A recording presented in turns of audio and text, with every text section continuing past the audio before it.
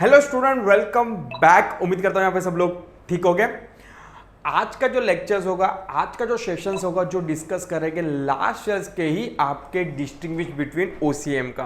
देखो एग्जाम के लिए ऑफ कोर्स इंपॉर्टेंस हो गया क्योंकि लास्ट ईयर आया है तो इस बार भी पूछ सकते हैं। और जब भी आप जाओगे, जब भी एग्जाम फाइनल एग्जाम के लिए, तभी आपको लास्ट 3 साल का पेपर तो करना ही है, एनी सिनेरियो में, एनी सिचुएशंस में।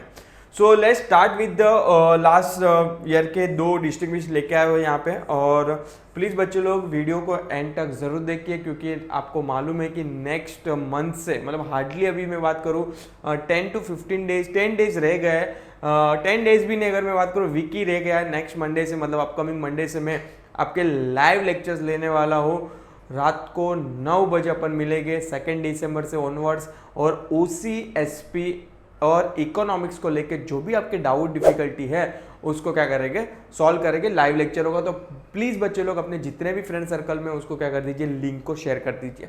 और सेकंड इंपॉर्टेंट चीज़ जो है, आपको ये बुक रिफ़र करनी है। ये बुक रिफ़र करने, जूम कर देता थोड़ा बुक को, ओसवाल पब्लिशर्स की बुक है। आप क्या कर सकते हो, डायरेक्टली oswalpublishers.com से बाय कर सकते हो और अमेजोन से भी आप क्या कर सकते हो, बाय कर सकते हो।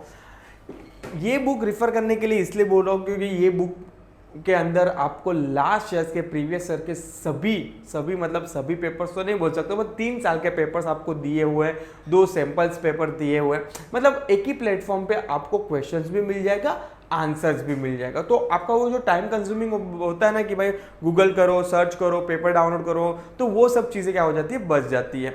तो प्लीज़ बच्चे लोग इसको ज़रूर रिफ़र करना। डिस्क्रिप्शन में इसकी डिटेल डाल देता हूँ, उधर से क्या कर सकते हो, चाहो तो उधर से भी बाय कर सकते हो। तो let's start with the question number 1, directing and coordinating. February 2024, मतलब लास्ट ईयर ही ये क्वेश्चन आया था। तो लेट्स सी क्या है डायरेक्टिंग एंड कोऑर्डिनेशन के अंदर डिस्टिंग्विश बिटवीन। बेसिक डिफरेंस तो आपको मालूम है, चैप्टर नंबर 2 के अंदर अपन ने ऑलरेडी डिस्कस किया था कि डायरेक्टिंग एंड कोऑर्डिनेटिंग में होता क्या है।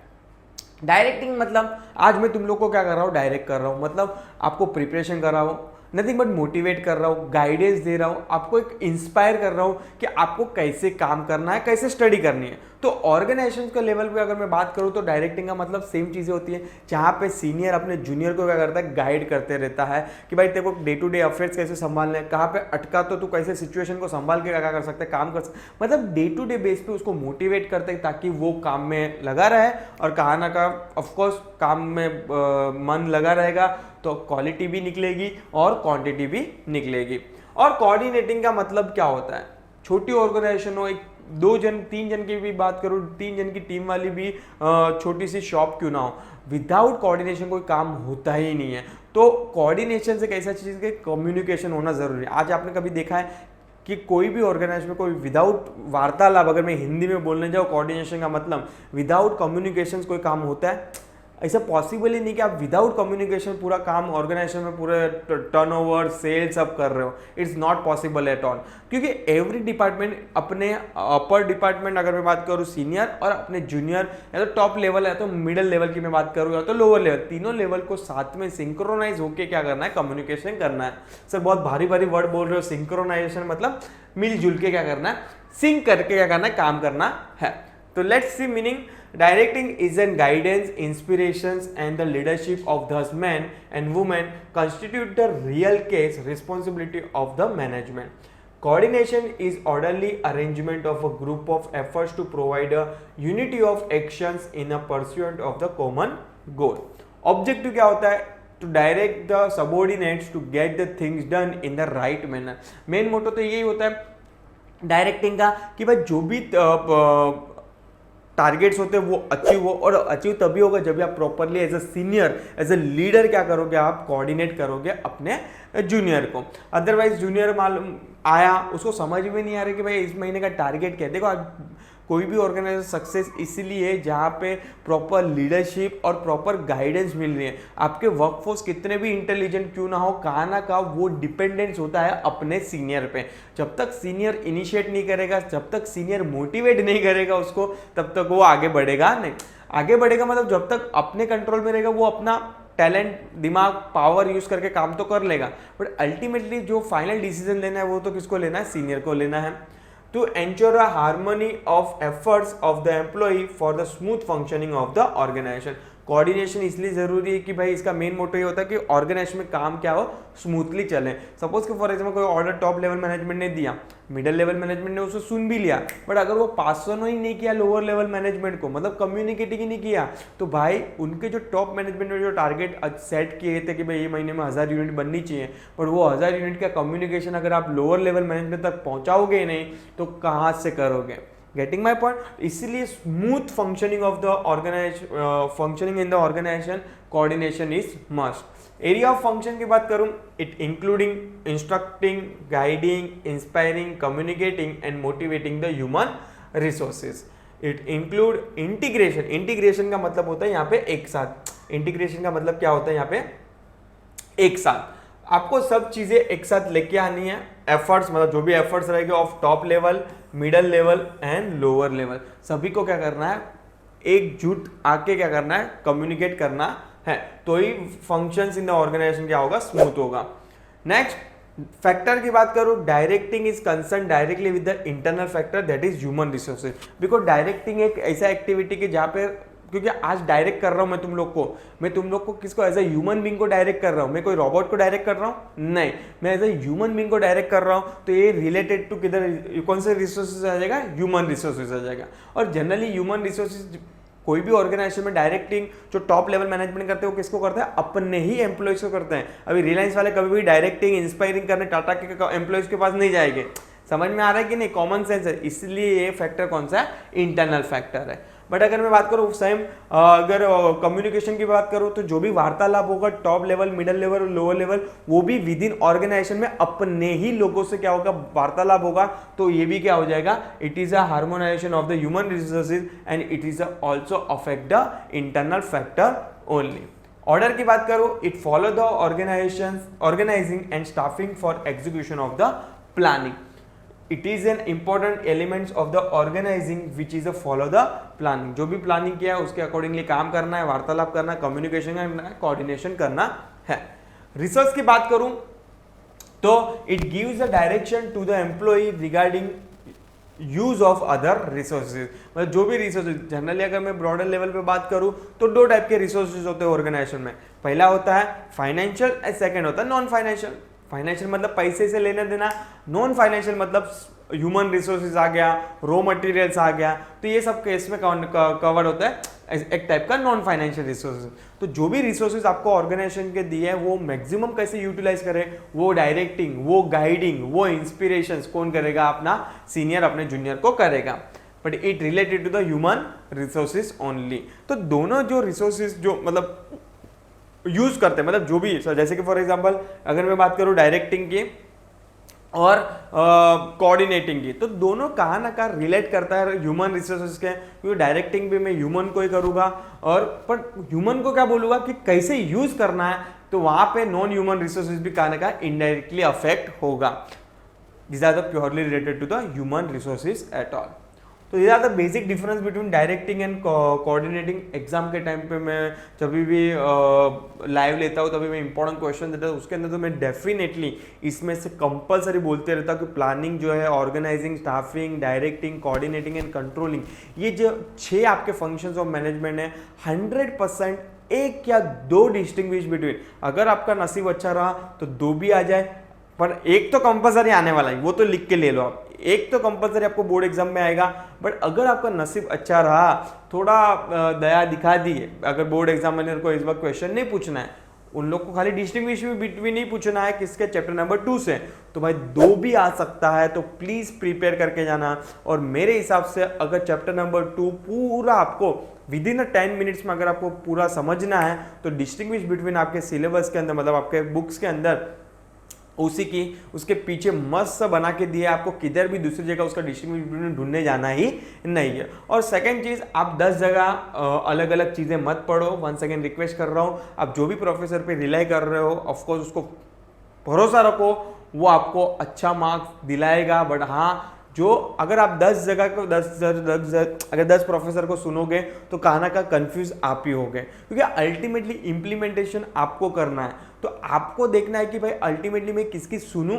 सुननी तो ऑफकोर्स एज ए गाइडेंस के फॉर्म में आप सभी की सुनो, बट आपको देखना है कि कौन सा प्रोफेसर क्या क्वेश्चंस दे रहा है, कौन से क्वेश्चंस दे रहा है, वो सब चीज़ें भी आपको क्या करना है, ध्यान में करना है और सिलेक्ट करना है कि कौन से बेस्ट क्वेश्चन हो सकते हैं। नो डाउट मैं तो दूंगा क्वेश्चंस, बट आपको भी मैं तुम लोग को डे 1 से बोलते आता हूँ कि अगर कोई प्रोफेसर को आप यूट्यूब पे फॉलो कर रहे हो तो प्लीज़ आप एंड तक उसको फॉलो करो। सडनली बच्चे लोग का मूड चेंज हो जाता है, कोई दूसरे प्रोफेसर को फॉलो करने लेते हैं, मतलब हिरेन सर ने बोला तो भाई वो क्वेश्चन आएगा, नहीं भी आएगा, मतलब माइंड थॉट कॉलेज वाले ने, प्रोफेसर ने बोला ये क्वेश्चन आएगा तो हिरेन सर की सुनते नहीं है, तो मतलब सबका अलग अलग माइंड। प्रॉब्लम यहाँ पे ये है कि आप कंफ्यूज हो जाओगे, ये चीज़ मेरे को दूर हटाना है आपको कि कंफ्यूज मत होना, बस खाली गाइडेंस सुनते रहना और आपका दिमाग थोड़ा कॉन्सेंट्रेट रखना। 10 जगह से अलग अलग वो प्रोफेसर ने वो मटेरियल दिए हैं, वो नोट्स दिए हैं, फलाना ढिकना। मैं यहाँ पे तुम लोग को बोल देता हूँ, यहाँ पे गारंटी है मेरी कि आपकी जो बुक है ना मुंबई यूनिवर्सिटी की आपकी 12th की, उसमें से एक फिल इन द ब्लैंक्स भी, मतलब उसमें से ही आएगा, एक फिल इन द ब्लैंक्स भी आपको आउटसाइडर सिलेबस से या तो आउटसाइड से आने वाला नहीं है। तो प्लीज़ ये चीज़ तो अभी इतना भरोसा कर लो, पास हो जाओगे। तो बेटर है कि भाई आपको 10 अलग अलग जगह पढ़ने से अच्छा कि आप एक ही बुक 10 बार रीड करो, आपको बुक क्या हो जाएगा, रट्टा हो जाएगा। ठीक है, तो ये छोटी चीज़ें बहुत हेल्प करती है। आपको लगता है कि हिरेन सर क्या बोल रहे हैं, नहीं, ये छोटी छोटी चीज़ें जो बच्चे लोग आफ्टर एग्जाम लेके आते हैं ना कंप्लेंट कि ये होता है, गलती हुई सर, मेरे को ये गलती हुई क्योंकि मैंने इसको सुना, उसका सुना, उसका, उसमें कंफ्यूज हो गया मैं। तो इसीलिए आपको कंफ्यूजन नहीं होना है, ये तुम लोग को सामने से अवेयर कर रहा हूँ, ये तुम लोग को धमकी नहीं दे रहा हूँ, अवेयर कर रहा हूँ कि संभल जाओ बस। अभी भी 2 महीना है, अच्छे से प्रिपरेशन करेंगे। 2 दिसंबर से लाइव आ रहा हूँ, वहाँ पे अपन अच्छे से डिस्कस करेंगे ओसी, एसपी, इकोनॉमिक्स और अकाउंट्स भी टाइम मिला तो अकाउंट्स में भी क्या करेंगे अपन डिस्कस करेंगे। तो हाँ, ओसी, एसपी, इकोनॉमिक्स मेरे पे छोड़ दीजिए, मैं तुम लोग को ये गारंटी बोल रहा हूँ, बट अकाउंट्स के लिए थोड़ा बहुत आपको ऑफकोर्स आउटसाइड से करना पड़ेगा, मतलब दूसरे क्लासेस हो गया या तो फिर आपको क्लासेस ज्वाइन किया है तो वेल एंड गुड है। अगर अदरवाइज तो आपको हिमल सर हो गए, बहुत सारे ऐसे सर हो गए जो आपको वहाँ पे अकाउंट्स के सभी चीज़ें, एक एक क्वेश्चंस आपको वहाँ पे से दिखेगा। तो प्लीज़ आपको अकाउंट्स के लिए आप फॉलो करना है तो कर सकते हो, बट हाँ आप अकाउंट्स के लिए मेरे पे रिलाई मत होइए, वही तुम लोग को यहाँ पे सामने बोल देता हूँ कि हाँ भाई हिरेन सर ने बोला तो सभी क्वेश्चन 2 दिसंबर से लाइव आएंगे, सभी पढ़ाएंगे। पर मैं स्पेसिफिकली, मेरा थंबनेल भी देखोगे, जो इन बच्चों ने कम्युनिटी में देखा रहेगा, वहाँ पर मैंने क्लियरली लिखा है, टारगेट किया है ओसी, एसपी और इकोनॉमिक्स, मतलब थियरी पेपर को। यस, चलो नेक्स्ट आपका क्वेश्चन नंबर 2 है आज का, जो है state commission versus national commission. Once again exam के अंदर जो आपको 3 है, डिस्ट्रिक्ट कमीशन, स्टेट कमीशन और national commission, compulsory compulsory compulsory. जब भी क्वेश्चन आएगा मैं बोल ही दूंगा कंपलसरी है। भले मैं अभी बोल रहा हूँ, अभी जो बच्चे लोग देख रहे हैं मेरे को, या तो मैंने प्रीवियसली भी जो बच्चे वीडियोस देखे रहेंगे उसमें भी मैंने कंपलसरी बोला है, मतलब आता ही है ये वाले क्वेश्चन, मतलब रिपीटेड क्वेश्चन है। इन फॉर्म ऑफ बात करो डिस्टिंग्विश बिटवीन, या तो इन द फॉर्म ऑफ बात करूँ तो शॉर्ट नोट हो गया या तो कमेंट्स हो गया। यस, तो लेट्स स्टार्ट। ये आया था आपका फरवरी 2023 में, तो मतलब 24 में इसके रिलेटेड कोई क्वेश्चन नहीं आया रहेगा, बट एज अ कमेंट के फॉर्म में आया रहेगा या तो क्वेश्चन एंड आंसर्स के फॉर्म में आया रहेगा, बट ये लोग ने 2023 में डिस्टिंग्विश के फॉर्म में पूछा, जो आपके बुक के अंदर दिया है। तो स्टेट कमीशन और नेशनल कमीशन, जहां पे कंज्यूमर अपना कंप्लेंट फाइल कर सकता है, गवर्नमेंट ने 3 लेवल पे डिवाइड करके रखा है, डिस्ट्रिक्ट, स्टेट और नेशनल लेवल पे। तो यहाँ पे लेट्स सी मीनिंग क्या है, कौन प्रेसिडेंट बन सकता है, कौन मेंबर्स बन सकता है, कौन सा एरिया कवर होगा, अगर आपकी कंप्लेंट की वैल्यू कितनी है तो ही यहाँ पे फाइल करोगे, तो वो सब चीजें यहाँ पे लिखी है। तो let's start with the meaning. A consumer dispute redressal forum at a state level established by the state government is known as the state commission। मतलब स्टेट लेवल पे स्टेट गवर्नमेंट ने जो एस्टैब्लिश किया है फोरम, मतलब consumer के related, उसको, वो कमीशन को कौन सा कमीशन बोलोगे आप, स्टेट कमीशन बोलोगे। लेट्स सी नेशनल कमीशन का क्या लिखा है, consumer dispute redressal agency at a national level established by the central government is known as a national commission. बच्चे लोग यहाँ पे नेशनल गवर्नमेंट सिलेक्ट करके आते हैं, क्योंकि देखो यहाँ पे सुनने में कैसे लग रहा है, state level, state government, state commission.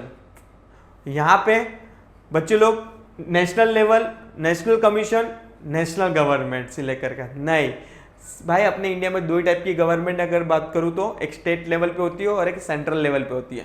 तो इसको किसने बनाया, सेंट्रल गवर्नमेंट ने बनाया, और इसको भी किसने बनाया, सॉरी, इसको किसने बनाया, स्टेट गवर्नमेंट ने बनाया, और इसको किसको बनाया, सेंट्रल गवर्नमेंट ने बनाया। तो डिस्ट्रिक्ट कमीशन वाला में भी आप पढ़ने जाते हो ना, बच्चे लोग वही टिक करके आते हैं, district government, district commission at a district level form by dash government, district government select करके आते हैं, वहां पे भी रॉन्ग हो जाता है भाई। एग्जामिनर ये repeat fill in the blanks पूछते रहे, क्योंकि बच्चे लोग क्या, वो थोड़ा रट्टा रट्टा लगता है ना कि भाई हाँ ये गवर्नमेंट आएगी। प्लीज क्लैरिफाई कर देता हूं, यहाँ पे डिस्ट्रिक्ट को भी स्टेट ने बनाया, स्टेट को भी स्टेट ने बनाया है, और नेशनल को किसने बनाया है, सेंट्रल ने बनाया है। लेट्स सी, आगे देखते हैं यहाँ पे प्रेसिडेंट कौन होगा। अभी यहाँ पे प्रेसिडेंट कौन हो सकता है, ये कमीशन का एक प्रेसिडेंट तो होगा ऑफकोर्स। तो लेट्स सी कौन है, a person who is a retired और क्वालिफाइड एज अ जज of high court is appointed as a president of state commission. मतलब जो बंदा रिटायर हो चुका है या तो वो करंटली हाई कोर्ट का जज है, तो वो क्वालिफाई कर जाएगा ये स्टेट कमीशन का प्रेसिडेंट बनने के लिए। यहां पे देखेंगे a person who is retire as a जज ऑफ सुप्रीम कोर्ट, यहाँ पे हाई कोर्ट था, यहाँ पे supreme court, is appointed as a president of the national commission. या तो वो बंदा सुप्रीम कोर्ट से रिटायर हो चुका है, या तो वो करंटली है भी पोजीशन पे सुप्रीम कोर्ट के, तो वो क्वालिफाई कर जाएगा ये कमीशन के लिए, प्रेसिडेंट बनने के लिए दावेदार हो जाएगा, अगर वो चाहे तो बन सकता है। मेंबरशिप का टेन्योर क्या होगा, every member of the district commission shall hold office for the term of 5 year और up to the age of 67 year whichever is earlier. अरे सर अभी ये क्या बोल दिया, अरे भाई फॉर एग्जांपल मिस्टर हीरेन, मेरी बात करता हूँ, मिस्टर हीरेन अगर वो एट एज ऑफ द 63 पे हूँ, नहीं उसका उल्टा भी नहीं हूँ मैं 36, पर जस्ट एग्जांपल ले रहा हूँ, 63 पे अगर सपोज कि फॉर एग्जांपल वो मेंबर बना ये कमीशन के अंदर, स्टेट कमीशन के अंदर, तभी मेरी एज के भी कितनी थी 63, 64 और 65। ये खत्म हो जाने के बाद मुझे ये मेंबरशिप क्या करनी पड़ेगी, छोड़नी पड़ेगी। क्यों, क्योंकि यहाँ पे क्लियरली लिखा है तू या तो 5 साल रह सकता है, या तो सॉरी यहाँ पे सॉरी माय बैड यहाँ पे 5 साल लिखा है, सॉरी 63, 64, 65, 66 या 67, यहाँ पे मैं रह सकता हूँ, यहाँ पे कोई प्रॉब्लम नहीं है, मतलब 1 2 3 4 5 साल तक।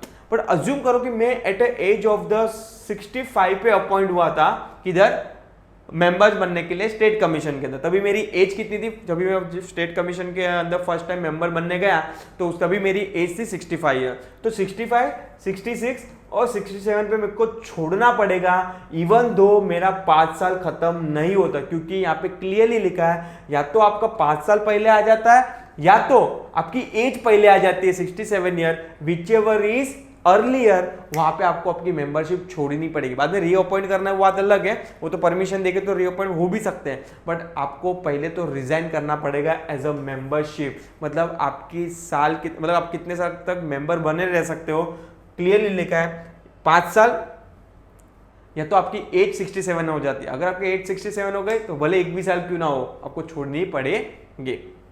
सेम यहाँ पे भी सेम चीजें लिखी है, बट यहाँ पे थोड़ा अगर मैं बात करूं ना इसको लेके, किसको लेके, प्रेसिडेंट को लेके, तो प्रेसिडेंट को लेके यहाँ पे थोड़ा है ना एज बढ़ा दिया है, एज लिमिट यहाँ पे थोड़ी बढ़ा दिया है। जो यहाँ पे 67 लिखी थी, यहाँ पे किसका लिखा है 70 ईयर लिखा है। तो क्या लिखा है, every member of the national commission shall be hold, यहाँ पे टाइपो है ना, national commission hold office for the term of 5 year और up to the age of 67 year. Members के लिए सेम है जैसे स्टेट के अंदर था, बट अगर मैं बात करूं प्रेसिडेंट की तो up to the age of 70 year whichever is early. तो प्रेसिडेंट के लिए 70 ईयर लिखा है इंस्टेड ऑफ 67। बाकी दोनों के सिनेरियो में मेंबर्स की लाइफ कितनी लिखी है 67 टर्म लिखा है। एरिया कवर्ड, ऑफ कोर्स ये पर्टिकुलर स्टेट कवर करेगा, ये तो पूरा नेशन कवर करेगा। It is a jurisdiction over the particular state, it is a jurisdiction over the entire nation. Monetary value, मतलब आपकी सपोज कि कंप्लेंट की वैल्यू अज्यूम करो कि 50 लाख है, आपने कोई गुड्स लिया और वो गुड्स डिफॉल्ट निकला, तो आपने कंज्यूमर में कंप्लेंट फाइल की और उसका कंसिडरेशन वैल्यू 50 लाख है, तो आप कहाँ पे फाइल करोगे, वो आप फाइल करोगे डिस्ट्रिक्ट कोर्ट में। सर क्यों, क्योंकि अप टू द 1 CR कहाँ फाइल करना है, डिस्ट्रिक्ट कोर्ट में फाइल करना है। 1 करोड़ टू 10 करोड़ रहेगा आपकी मॉनिटरी जुरिडिक्शन, तो आपको स्टेट में जाना है, और 10 करोड़ से ज़्यादा है तो आप कहाँ पे जाओगे, नेशनल की तरफ जाओगे। तो let's see, it has a jurisdiction to entertain the complaint where the value of goods और services including a compensation if any exceeding 1 crore but does not exceeding 10 CR। अगर 1 करोड़ से 10 करोड़ के बीच में रहेगा तो आप यहाँ पे कंप्लेंट रेज कर सकते हो, बट अगर मोर देन 10 CR है तो आपको किधर जाना पड़ेगा, नेशनल कमीशन के पास जाना पड़ेगा। और अपील, अगर सपोज कि फॉर एग्जांपल स्टेट कमीशन ने जजमेंट सुनाया तो मैं ऑफकोर्स सेटिस्फाई नहीं रहूंगा सर्टन टाइम, यस। अगर मैं सेटिस्फाई नहीं हूं स्टेट कमीशन से, जजमेंट से, तो मैं किधर जा सकता हूं, नेशनल कमीशन में उसकी अपील कर सकता हूं। Any person not satisfied with the order of the district forum can appeal against the such order to the state commission within 30 days of the order. Any person not satisfied with the order of the National Commission may appeal against the such order to the Supreme Court within a period of the 30 days from the date of the order।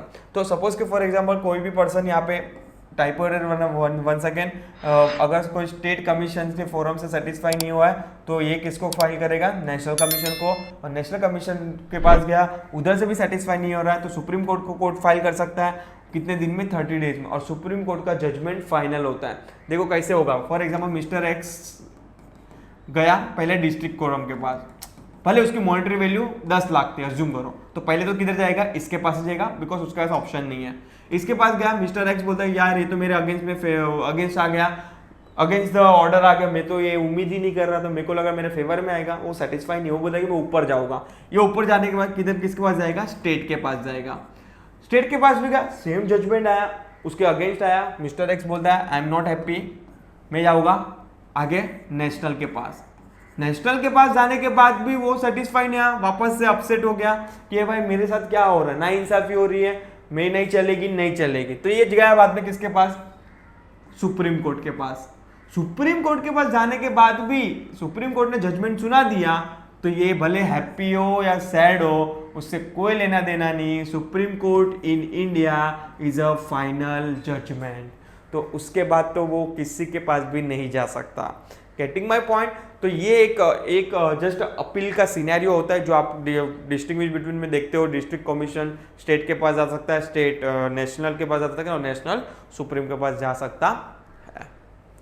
सो यहाँ पे आपका distinguish between जो थे last year के discuss हो चुके हैं, और उम्मीद करता हूँ कि आपको समझ में आया होगा।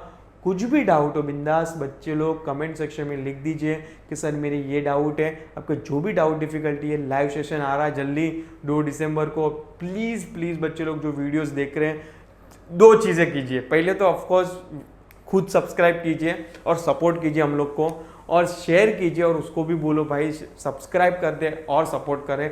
जितना हो सके उतना स्प्रेड कीजिए वीडियो को, क्योंकि ये फ्री ऑफ कॉस्ट है। यहाँ पे कोई पैसा तो लग नहीं रहा है, आप एक सिंगल रुपीस भी नहीं लग रहा है आपको शेयर करने के लिए। तो प्लीज़ किसका भला हो रहा है, भले आप 12th स्टैंडर्ड में नहीं भी हो। बहुत सारे ऐसे बच्चे लोग मेरे कमेंट सेक्शन में देखे रहेंगे कि जहाँ पे बोलते हैं कि सर हम लोग 12th में नहीं है तो भी हम लोग आपको वीडियोस को शेयर करते हैं जो बच्चे लोग को ज़रूरत है। बिकॉज जिसने क्लासेस ज्वाइन नहीं किया through out the year, classes join किया बट अब सम हाउ रीजन से, सम पर्सनल इशू होने के बाद क्लासेस ज्वाइन नहीं कर पाए, लेक्चर सब अटेंड नहीं कर पाए, तो उन लोगों के लिए हम लोग लाइव आते हैं और उसका क्या करते हैं, हम लोग सपोर्ट करने के लिए 100% ट्राई करते हैं। बिकॉज हम लोग को कोई ऐसा बेनिफिट आप लोगों से मिल नहीं जा रहा है। अगर सपोज कि यहाँ पे कोई बच्चे लोग 90 भी लेके आएगा तो भाई वो अच्छा लगेगा हम लोग को कि, और बहुत सारे जन आप लोगों में से ही देखना कमेंट करके लिखेंगे कि सर मुझे आपका ओसी, आपका एससीएम एसपी को वीडियो को देख के 90 स्कोर हुआ है।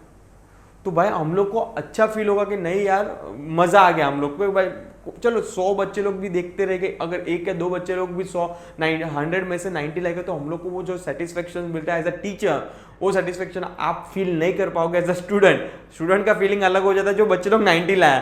बाकी कोई बच्चे लोग अपने फ्रेंड सर्कल में कोई 90 लाएगा तो दूसरे फ्रेंड को अच्छा नहीं लगेगा, वो फील करेगा या जेलसी फील करेगा यार इसको 90 कैसे आ गया। Getting my point. तो जरा भी पैनिक मत हो जाइए, प्लीज़ शेयर करते रहिए और सपोर्ट करते रहिए। Thank you so much.